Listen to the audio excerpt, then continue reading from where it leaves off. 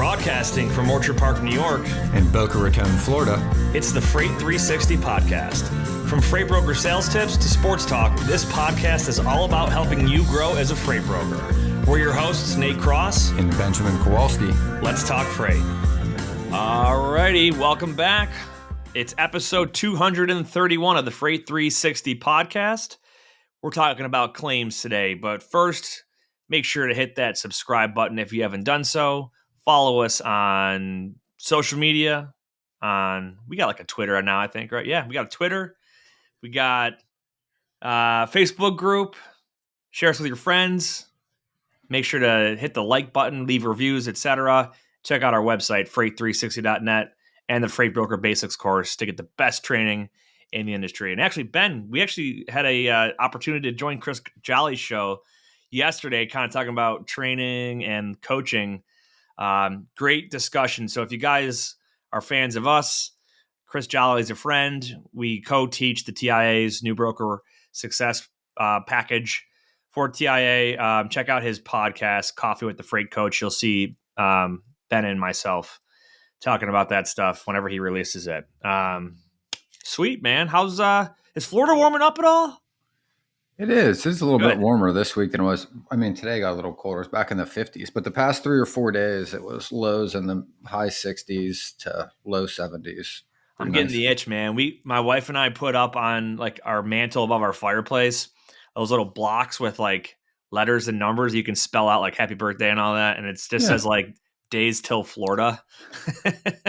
So it like the mild winter in Buffalo definitely was enjoyed by us, and it's gone. It's like in the 20s now, and I heard it's getting snow for February.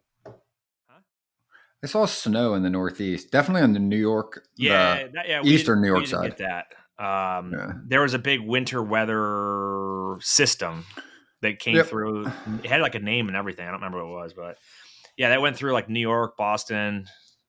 Yeah, didn't touch us though. But anyway, we're getting close to the daylight savings and the clock's moving, which means no more dark at 5 o'clock or 4:30. So it's just, it's the beginning of, or it's the end of the terrible winter season here, and hopefully a peek into some nice warm weather. But sports real quick, the Super Bowl. Chiefs took it, man. I called it. That they did. Yeah. Taylor Swift did not get proposed to by Travis Kelce afterward. Do you see Travis Kelce like running up to Andy Reid? Like, and there's been a bunch of memes about it, but he basically like ran up there, and I think because he wasn't on the field and got all like that. I watched the end of it. Grabbed him and was like screaming in his ear. So it was wild. That first half of that game was like super boring though. And halftime, dude, I love the Usher halftime show. I don't know about you, man. It took me way back to the 90s and the early 2000s. I was listening to this radio show in Pittsburgh. They were talking about the halftime show on Monday. I saw some of it, but my wife wanted to watch something else, so I turned it off and turned it back. And he was like, he's like our age, and he was like, yeah, he's like, I love that shit. Love the roller skates. He's like, I forget who else was there. He's like, that shit brought me back like 20 some years. Luda. And he's like, he's super excited. And he goes, I was watching with my kids who are like, early teenagers. And he's like, dude, wasn't that awesome? And he's like, they just looked at me and went, not so much. And he's like, there's the generational gap. He's like, my kids looked at me like I was a big dork. And he was like, I loved it. Because I mean, for me, that's right in my wheelhouse. Like, I'm sure I thought it was great for sure. The second half of that game was amazing though. I mean, it was up tempo, fast paced, scoring was good. And then like the Chiefs, hate the Chiefs, or if you're indifferent, regardless, like that was a hell of a performance for their offense to just click into gear and force it to overtime and then take the win. So I can't remember, but who won the coin toss for the overtime? It was San Fran, wasn't it? San Fran, and they elected to take the ball first, which some people say could have been the wrong choice. And even like Tony Romo said it during the broadcast. He's like, what do you do here? Do you take the ball first and try to go down and score, knowing that they can come back down and either score to tie you or beat you? Or do you defer and hope they don't go down and score, but risk them going down against, See, I heard like the recap or the analysis or the perspective I heard made a lot of sense. And there was two things that I wanted to say because I also think this relates to our show and our industry, right? And the one was they're like, on average, if you kick off and the other team doesn't score, right, they're going to punt. You're going to get the ball probably better than you would have field position wise than off the kickoff, right? Off the kickoff, you're probably going to get the 20 or less. If you give the ball to the other team and you hold them and they punt, the likelihood is you probably have a little better field position. But even so, you're going to get the ball back anyway, right? And the thing they said after was, I guess, in one of the interviews with both Andy Reid and I can't remember the coach's name for San Fran off the top of my head, but they asked both of them, "Hey, did you guys have a plan for overtime?" And Andy Reid was like, "Yeah, we absolutely expected that if we would have won the coin toss, we'd have done this. If we didn't win, the plan was this." And they interviewed the other coach, and they were like, "No, we didn't expect to." Yeah, Shanahan was like, "We didn't expect to get to overtime, so we didn't really have a plan." And I was like, that to me says a whole lot right there. Like, You gotta have a plan for like every contingency. yeah, for the last game. That's gonna tie into our claims discussion today, but we'll get there. And that was the point. I'm like, man, if that's not a great takeaway for just, you know what I mean? Like the people that prepare, right? Yep. Plan. What is it? Fail to plan. People that fail to plan to fail. Plan to fail. That's it. Yep. There's your daily or your weekly Ben Kowalski proverb. Yeah. Producer Steven said Usher only made $400 after everything was settled for his halftime show. Scratch that. Usher made $0. So I didn't know this actually until this week that halftime performers don't get paid for their performance, but it is well worth it for them. Like their expenses are paid for, for like whatever it costs to put the show on, it's paid for. But the publicity is where the like intangible value lies. So like I think he's got a new album coming out, and it was a huge promotion for it. Like they say whenever there's a Super Bowl performer, their music tends to get like a 10x boost in downloads on like Apple Music and everything, like instantly, which is a huge payout. So like Rihanna, I think when she did last year, she had an album coming out too or something like that. So you know what I read, and I was curious if this is true. They said somewhere, I saw it, it was on a post. So again, no idea if this was true and didn't look it up, but it said prior to 1992, there was not a halftime show. And they said in 1992, In Living Color did a live episode during the halftime of the Super Bowl. I saw that, yeah. And got 20 million viewers because basically everyone went, oh, well, let's go watch this for a minute, right? And came back. And the year after was when they hired, and I can't remember who they hired, but it was like a huge name in like 90.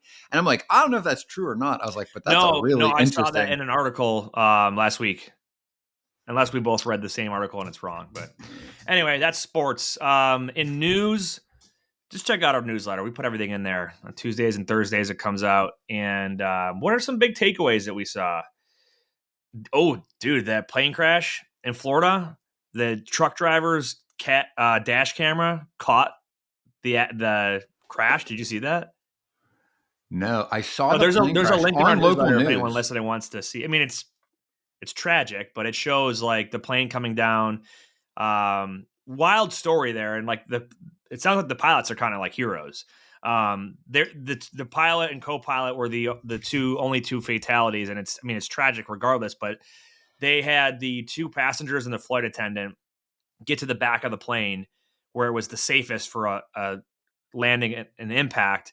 The plane touched down, ended up hitting the wall, like the wall on the side of the highway, and spun around, which killed the pilot and second in command. But the three other passengers were able to get out safely, and no one on the road got killed. I mean, the one guy, it sounds like he got hurt. His truck got clipped by the plane, but just wild, man. And it was all caught by a camera on a truck driver's dash, which actually we're going to talk a little bit about today with certain kinds of claims and things like that, whether it's an accident or whatnot and who's at fault. That's wild. I just watched it. I found it pretty quick, but that is crazy, man. Yeah, because I mean, the pilot is literally down the street. Oakland Park and Pompano are the two pilots, and they were talking about on the local news. I mean, yesterday I saw it, but I didn't get to hear in the news piece exactly what played out. That is absolutely crazy. Yeah, that's nuts, man. Besides that, I'm trying to think of any other news stuff that popped up. I don't know. All right. Well, claims. So I want to remind everybody we had a Stephen Rui, our producer / intern, and we had him on an episode a couple months ago and talked about meat, and there was a bit about claims in there. So double listen or watch that one if you want some more claim stuff. We're going to focus on more general stuff today. Someone had a question on YouTube asking about claims when it's not produce, because we talked about a produce situation in the past with USDA inspections, and I thought, let's have an episode where we just talk about claims, the process of how claims work, the parties involved. We could tell some stories. We haven't talked about claims in a little bit, so we definitely have some new stories to share and tips and tricks to give you guys. So, Ben, what's any memorable claims that you have? I have I have one that's very memorable. There was a fatality involved. I've told this. It was probably a very long time ago that we talked about this. It might even been like our first couple episodes, I think, maybe, where we did this topic. But I was hauling project steel coming out of New Orleans ports, going up to the steel mills up in like Detroit. We were talking about this on the project freight. Yeah, that was the project, right? And one of the carriers, he was running, multiple loads. I was doing these for weeks, maybe a couple months. So, I mean, knew the guy very well. Guy was probably in his late 60s or early 70s. And we lost him, right? And I'll never forget it because it was like over a weekend. I think he loaded Friday, was supposed to deliver Monday. And I couldn't get a hold of him Friday. And I was making my check calls Saturday. And I remember talking to the dispatcher, and it was a smaller trucking company, a couple people. And I'll never forget talking to this woman. She's like, we don't know where he is. We've been trying to reach him. We're really nervous. We were calling local police, not because we thought it was stolen, because both of us couldn't find or hear from him and didn't know what was happening. We thought, and we came to find out, I think Sunday night we found out, was the guy had a heart attack on the highway, on the interstate, and avoided hitting the rest stop as he lost control of the truck, and intentionally, they believe, veered from hitting other people and the rest stop and hit a tree. They said they thought it happened on purpose, but then the truck exploded and burned to the ground. So not only did all of that play out, right, was the claim after, but that was the incident that caused the claim. And after the fact, we had found out that they'd think he had passed away, in the accident, kind of prior to it. And it was a last thing he did, kind of to keep people out of harm's way. And yeah, guy was super nice guy. I mean, I remember still talking to him to this day. And I remember that woman's voice when I talked to her that Sunday night or that Monday night. And that's wild. We had, I think about the burning thing. I remember years ago, someone had started at a company I used to work for, and her fourth day, she had a total loss from a truck exploding and just burning. Oh. I was like, that's bad luck. But hey, she got to learn the claims process pretty quickly. You do, and there was a lot involved. The claim involved the cleanup. It involved trying to salvage what was left. And it was, if I remember, it was insulated steel wire. It looked like telephone wire, right? It had a big steel wire in the middle and a bunch of rubber around it. So all of that melted, but the steel was still there. And working through the claim process, there was salvage value there. We had to make sure that the cleanup was paid. There was a lot involved in the whole process. Yeah. We actually just went through one recently where, and I'll reference it a little bit today, but we had, well, it was a double whammy. So basically it was a double broker.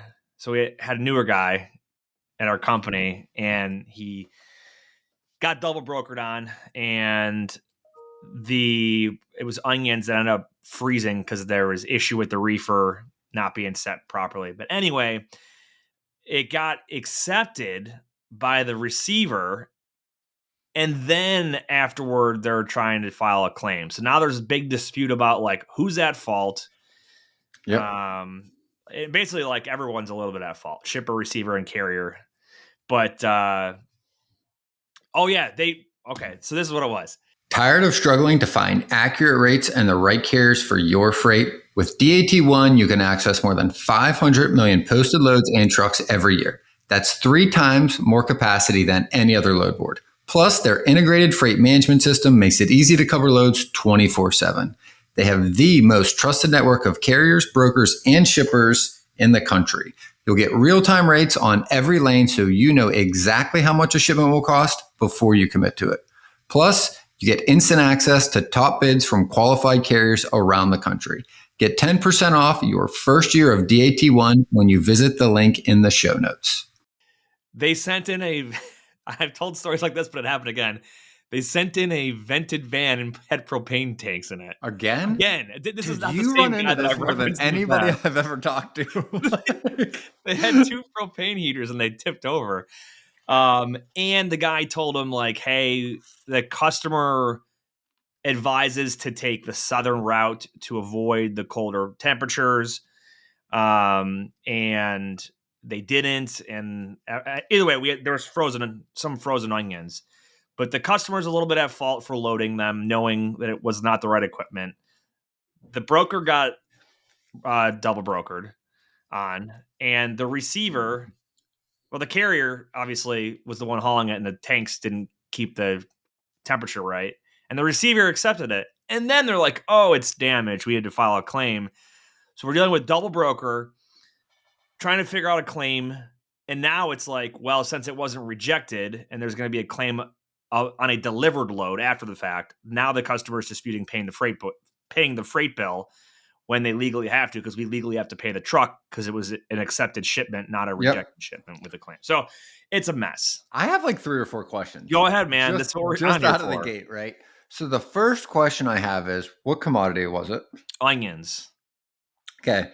Second question I have is, and I've never thought about this until you just said that, was if a shipper tells the carrier which route to drive, like we can't as a broker, but a shipper. Yeah. So that's a really good point. What we do is on the rate confirmation, we have verbiage that states per customer's request, route must take southern route. But it's not like us telling them, hey, we're dictating where you go. Like, no, this is a contingent requirement from our shipper, is that you have to, it needs this equipment, it needs to be set at this temperature, and you need to take a southern route so you're not hitting extreme cold weather in the wintertime. Okay. So we're just relaying a customer's requirement. Yep. Got it. So third question, right, is how did the double broker slip through?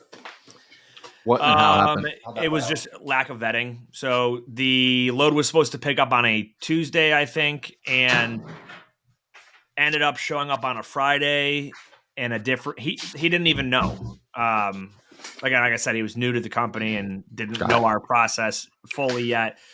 But he, after the fact, found out the truck that delivered it was not the same trucking company or MC number that he had hired. So it wasn't like the fraud you see where they're trying to take a quick pay and get away with it. He legitimately just rebrokered it to somebody else with, like, you think intent to pay, but who knows? But yeah, just didn't get pictures at the pickup or verify a slew of things. So yeah. Now the third question. Now get into the claim process. So the load was delivered, which means the receiver signed it clean, put the signature on it, which to your point means you've got to pay the carrier regardless of what happens after that fact, right? Mm-hmm. Maybe we don't jump into this one because this is like... It's a pretty complex. Yeah. Like, let's just go through a standard load gets picked up, load gets delivered, they don't want to sign for it, and they mark that 25% or maybe all of it. What kind of example do you want to go through? Do you want to set the stage? Let's go through a non-food one, because we've talked about USDA inspections in the past.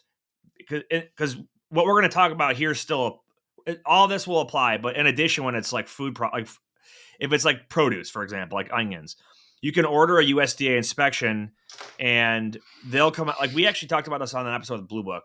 But what they'll do is they'll come out and they'll give an objective third-party report on the quality, like the official reported quality and quantity that's not to standard of that product at the time of inspection.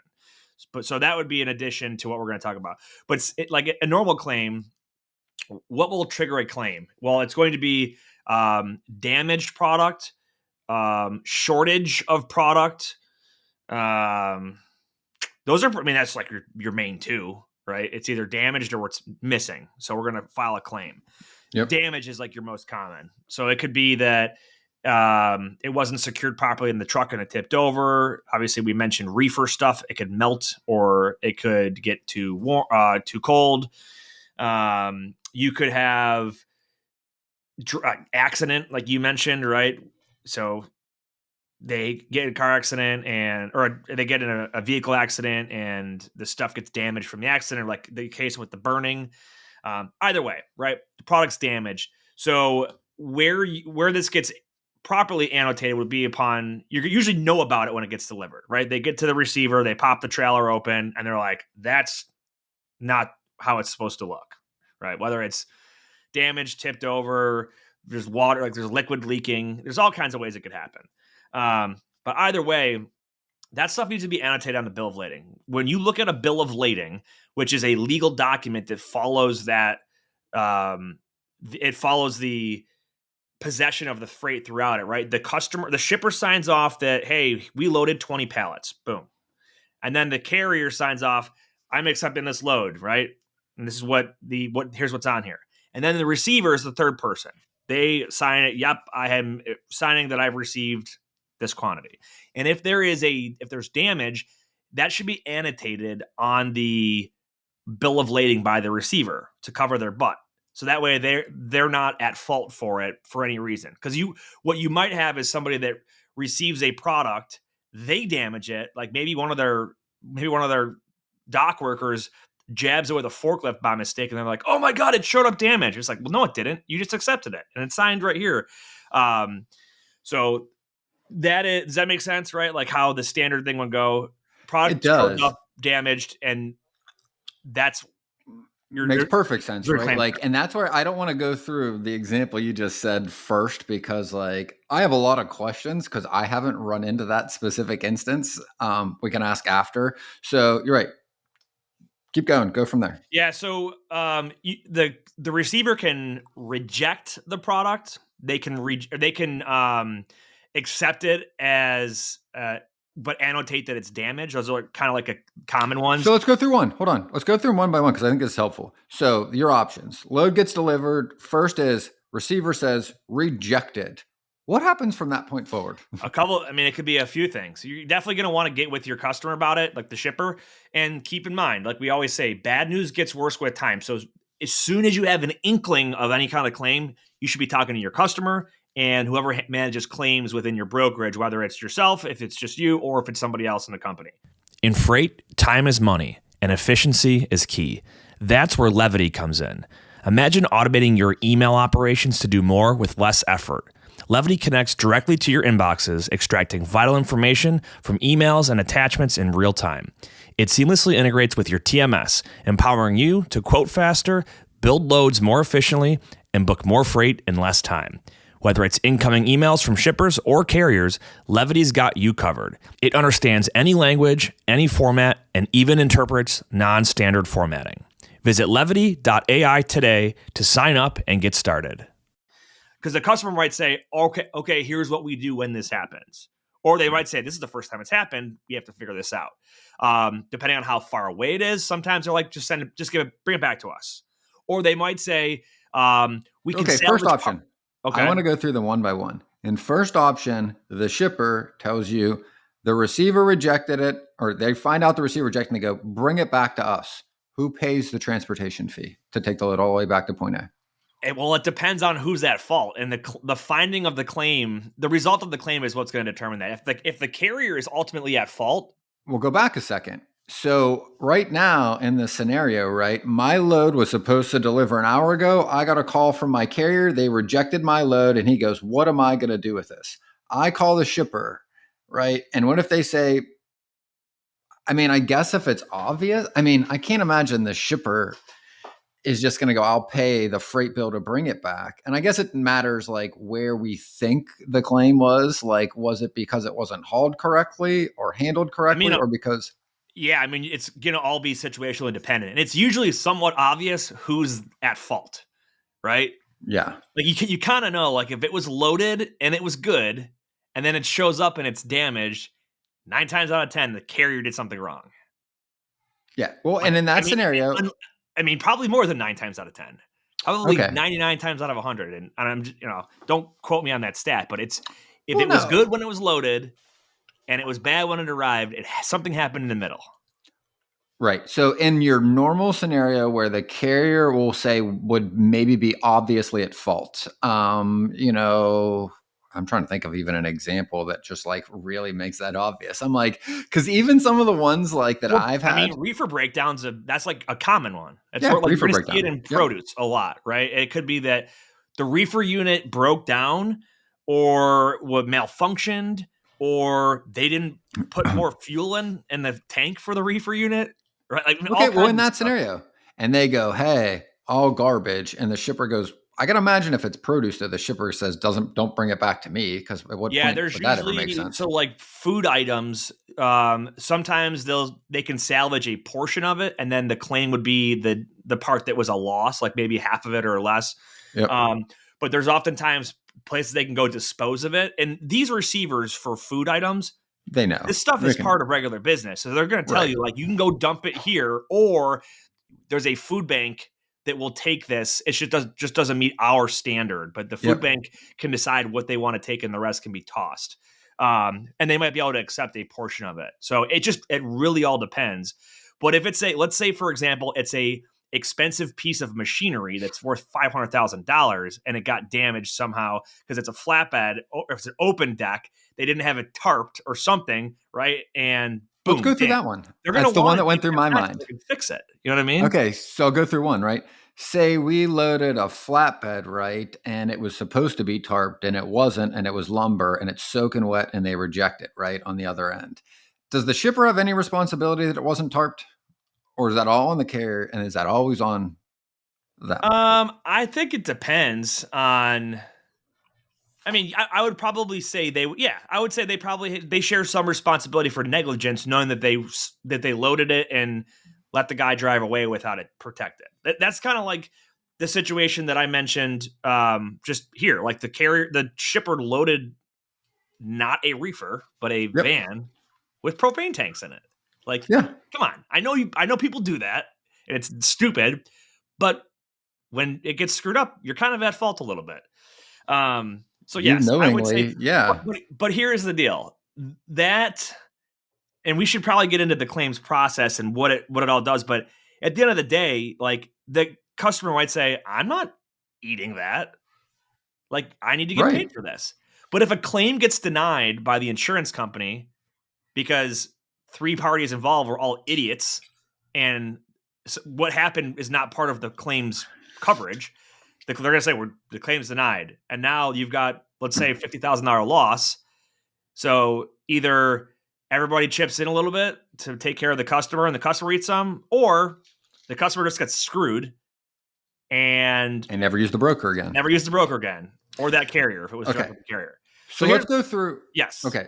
I'm going to say, let's go through what is in a standard, if there is such a thing, claim on what happens, like timeline. What can you expect to do? Receiver calls you and says, you set the stage and tell me the steps. Yeah. So, we'll assume it was the load was delivered and they annotated that there was damage, right? But they accepted it and they want to be compensated for the loss.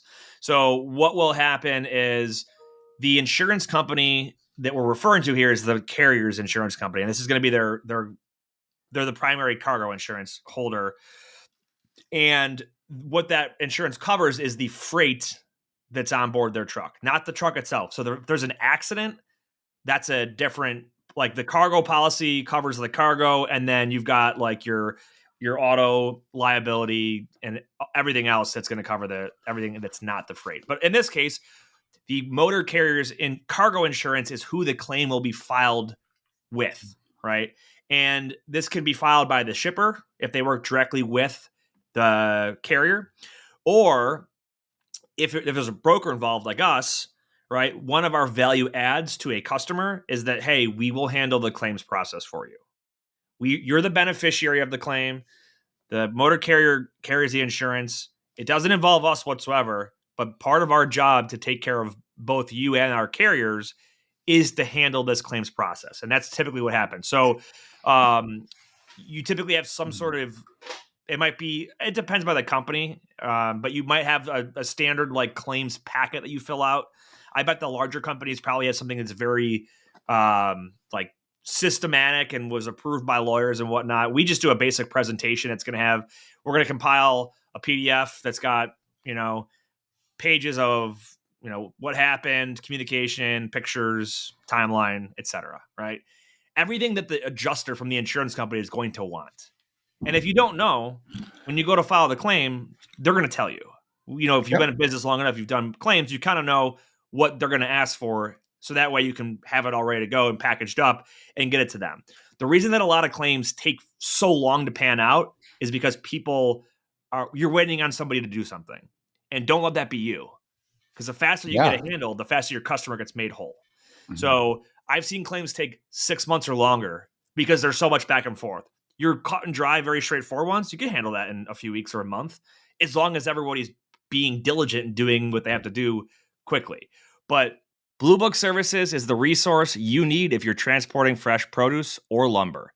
Their online databases contain thousands of companies throughout the produce and lumber industry supply chains.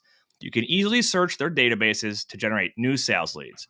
Blue Book's credit ratings help you avoid companies with high credit risk, and their team can help resolve disputed loads. To learn more, go to producebluebook.com or lumberbluebook.com and click Join Today.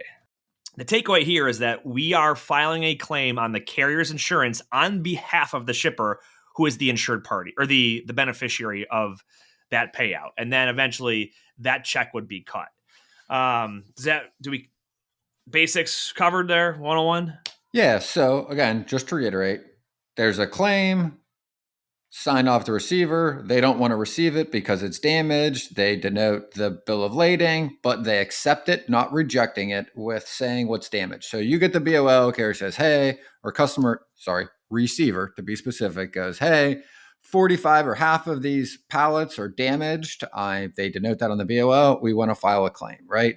You have two choices from that point forward. The carrier can technically take care of it without the brokerage, but most brokers do this as a service to their customers, the shipper, since they are the ones usually named on the certificate. That's why at onboarding, they ask for that, by the way.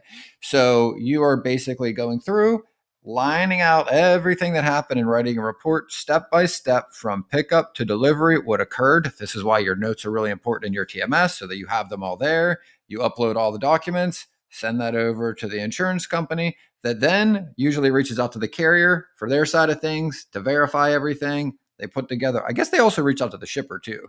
And then they just pull all three pieces together for the claim process. I know they reach out to the carrier. It might depend on the situation, but usually we're the one that's anything shipper related. We're going to be the one presenting, or we're taking care of that for them. We might have to go to the shipper and say, hey, can you send me over X, Y, and Z? I need it for the claim. Yep. So there's no rule on how it has to be, like who has to be involved in what place. All that matters is that it's being filed on the carrier's insurance with the beneficiary of the payout being whoever's freight it was. So, but the shipper can file it. The carrier can file it, on behalf of the shipper. The broker can file it. It doesn't matter. But here's something to note though.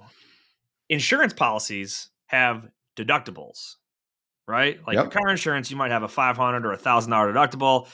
The deductible is, hey, we're going to pay the first X amount of dollars and the coverage kicks in for the rest of it. So if you have a carrier that has a high deductible, such as $5,000 or $10,000, this can be dangerous. And this happened. I've seen this. I shouldn't say I've seen this. This just happens. And it's happened many times with my company that I work for and with other people that I've talked with, where we've had damage that's less than the carrier's deductible. Like, so if they have a $10,000 deductible and there's $5,000 in damage, you're not even going to file a claim because they're not going to pay anything out. So now you're just asking the carrier, hey, you owe us $5,000 for damages that your insurance doesn't cover. Is the carrier going to pay? No, they never pay. So you end up losing money as a broker there. It's a very, very dangerous position to be in. So the lower deductibles, that's your ideal situation. So just keep that in mind. But yeah. So what are some best practices for preventative or to make this better for you? I mean, attention to detail is huge. Like we have a dispatching checklist you can download on our website in the resources section, and some of the things on there is like special instructions, right? Make sure when you are talking to your customer, you are asking, like almost ask too much. Like it might feel like you're asking too many details, but you want to know, for the open deck example, how does it need to be secured to the trailer? What protective measures does it need to have? In the instance of the onion one that I mentioned, if there's a certain requirement the shipper or customer has to prevent risk of freezing, which it could be take the southern route, or needs to be in a reefer that's preset to a certain temperature and is on continuous, instead of, hey, we're gonna load a freaking van with propane heaters, right? Like you have to verify all this stuff, and then on the other side, you need to reiterate that to your carrier, and it might be multiple times, multiple different ways. It could be just putting on the rate confirmation. That might cover your butt, but it doesn't stop the fact that if there's a claim, your customer's gonna be frustrated, right? So make sure you talk to the carrier. Hey, I just want to remind you, this is the temperature it needs to be set at. It's on the bill of lading. It's on my rate confirmation to you. Make sure you pre-cool. If it's in the middle of the summer, it's got to be set to something very cold. It's going to take a bit of time to reach that temperature. They can't just flip it on 5 minutes beforehand. It's very, very big. And those trailers are big, right? It's a lot of space to cool down. So, I mean, that's just attention to detail. Ask questions, verify, and then trust but verify. That whole phrase, right? You can trust that your carrier is going to do the right thing, but I'm a huge fan of always asking for the ship or the driver. Take a picture of, if it's an open deck, take a picture of it when it's loaded up. Send it to me, right? And that can be used for multiple reasons, but one of them is like, that is also evidence that could be used in a potential claim down the road. That driver is going to take pictures if they see something that's damaged, and the receiver's definitely taking pictures when they see what's damaged. So pictures are great. Trying to think what else, like some of the open deck equipment types. So let's say you have a low boy versus a flatbed, right? You can have different height requirements on it, and this is more so general than just claims. But if something is too high and you clip an overpass, or you could just have the truck get rejected because it's not the right equipment type. Verify with the driver, hey, just to make sure you're going to be pulling up with this specialized type of equipment, not a standard flatbed, right? Stuff like that. Yeah, it also reminds me of like just the profit side of the industry, right? The higher the claim percentage, usually the higher the margin and the higher the rate is to ship it, right? Like a lot of the steel coils we used to ship the ones that they used to make beer cans out of to Coors. Mm-hmm. So super low gauge, really, really, really thin aluminum, right? And I remember their loading protocol was bubble wrap, cardboard, I think, then like a moving blanket, and then cardboard again, right? And I remember still to this day, right? I had pictures, to your point, because we were doing these weekly and they were the highest margin of all the coils. And even the shipper knew that, right? They're like, hey, a lot of our carriers don't want to run these because they're just very high claim percentage. Like, we'll pay you a little more to take these over your regular standard coils, right? Mm-hmm. And like the second load we shipped, I remember talking to the driver. I was talking to him in Ohio, and he was like, hey, I'm parked under an overpass because it's hailing and I don't want any of this to be damaged, even though he did everything that was asked, right? Yeah. And he sat there underneath the road and absolutely waited. So we had to delay the shipment, and everybody was okay with it. And still, when that thing got delivered, they showed me pictures. Like, it had little dents in the coil, even through all of that, right? Like a moving blanket, bubble wrap, cardboard, and I think a tarp, right? And what we learned, because we did a lot of business with the receiver too out at Coors, and they were telling me, they're like, these are like almost impossible to ship without a claim. I think they told me at the end of the day, like 30 or 40% of those coils, no matter what they've done, end up with some claim. And he goes, here's the kicker, right? It seems like a really big coil and it looks like a really little dent, right? But that shit was so thin that like even a little dent basically made like hundreds of yards of steel useless because they couldn't use it. And basically they had to send the whole thing back. So again, everything we talked about related to claims, but it's also reminding me of just like, those are the ones we put our better carriers on. We overprotected, always took pictures. You're going to deal with claims because there's just no way to avoid them in some I'm of almost these shocked scenarios. they wouldn't get smart and just use like a Conestoga or We something. did. We used Yeah. Conestogas when at all possible, but I remember the volume was just high enough that like we couldn't get enough, and they Yeah. get sucked up a lot in the around the steel mills.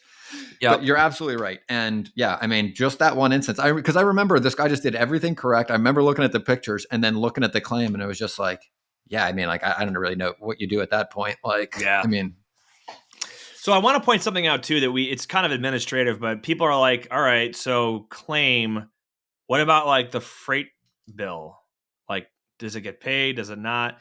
And typically, and I've seen this written in like literally in contracts, that freight claims are considered separate from freight invoices and should not be withheld. So like basically customers should still have to pay their invoice even if there's a pending claim. The reality is they never do it, right? So like here's like a common practice. If there's a claim that's going to be filed, everything just freezes, right? We're not going to pay the carrier right now. We're not going to expect payment from the customer right now. We're going to get this claim. We're going to go through the claims process, get it resolved, figure out how much money is being paid out. And if there's that deductible that we talked about, right, we might not get all that money from the carrier and the insurance company in total. And there might be a little bit of a loss there. Then we have to figure out, okay, is the carrier going to get paid or not? And typically they don't, right? If it's the carrier's fault, common practice is just like, we're not invoiced. The customer's not going to pay.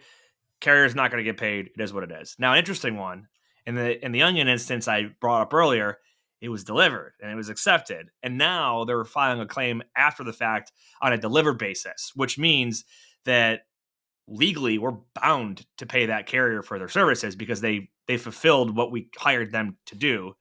And now the customer wants the claim filed after the fact. So it's kind of that's why I always say like bad news gets worse with time. So had this been annotated or rejected immediately, wouldn't be dealing with this situation. But now there's going to be some loss there to be absorbed. But yeah, a little note there on if you still get paid or not. And people get pissed, right? Because it's that you expect to get paid on this stuff, but for depending sure on insurance policies, they all cover different stuff.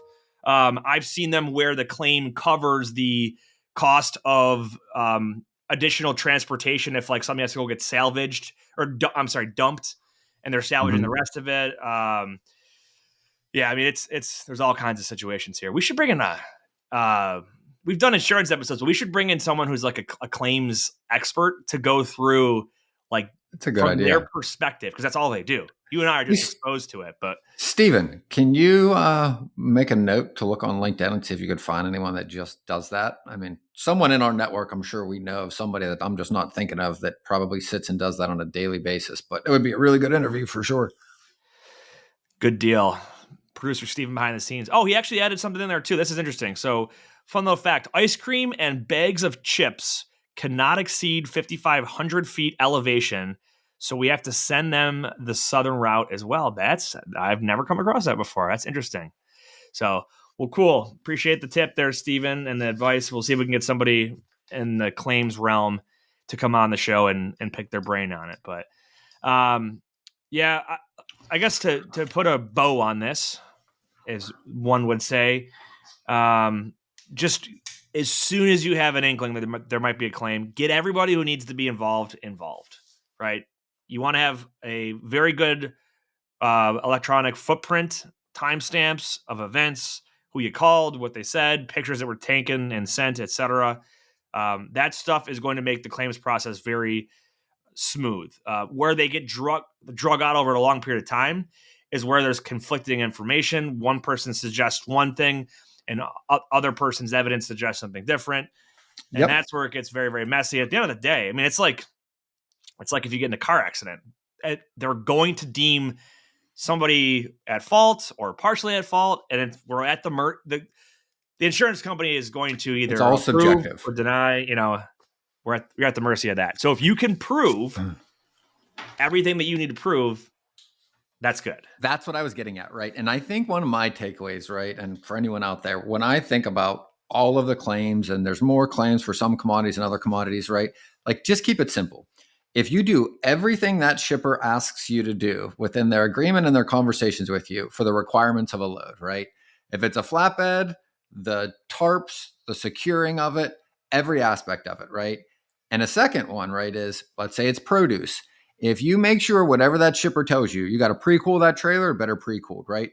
Because the risk isn't really just on us, the brokerage, like we pointed out, it's also on the carrier because it's the carrier's insurance, right? So if you've got a good relationship with a carrier, and hint, this is why we talk about having good relationships with your carriers to be able to use them over and over again, they're more likely to understand the shipper's protocols and to do what they're supposed to because they've done it before.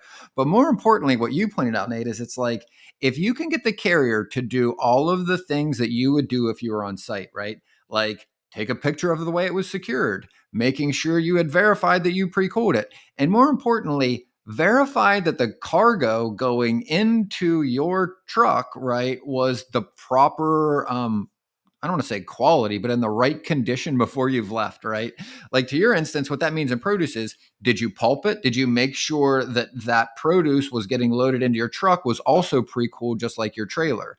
Because where I see the most, call it like, I don't want to call it like criminal, but like disingenuous shippers that will load a truck with things that probably shouldn't have been loaded correctly and then blame the carrier when it's claimed on the other end. The only way you can really reduce that risk as a broker is to make sure your carrier is doing due diligence when they're loading it, right? If you're going to ask me to pre-cool a trailer, those cantaloupes better be at the right temperature and better not have been sitting out in the sun all day and you put them into the refrigerator 15 minutes before, I'm loading them into my truck because you're going to have a claim. I want to add here too, because different shippers have different loading policies, right? Yep.